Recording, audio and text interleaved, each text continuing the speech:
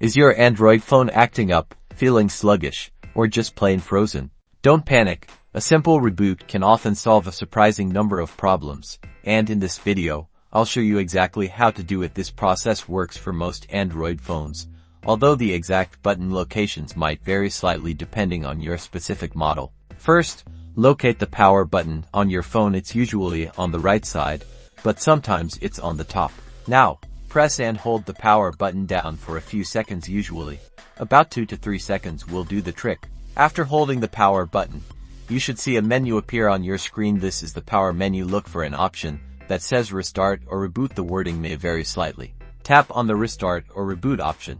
Your phone will now power off and then automatically turn back on. This process might take a minute or two, so be patient.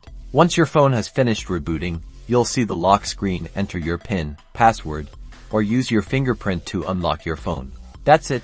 You've successfully rebooted your Android phone. Hopefully, this has resolved whatever issue you were experiencing. Rebooting your phone regularly, even if you're not experiencing problems, can help keep it running smoothly. Aim to reboot your device at least once a week to clear out temporary files and refresh the system. Now go forth and keep your phone healthy.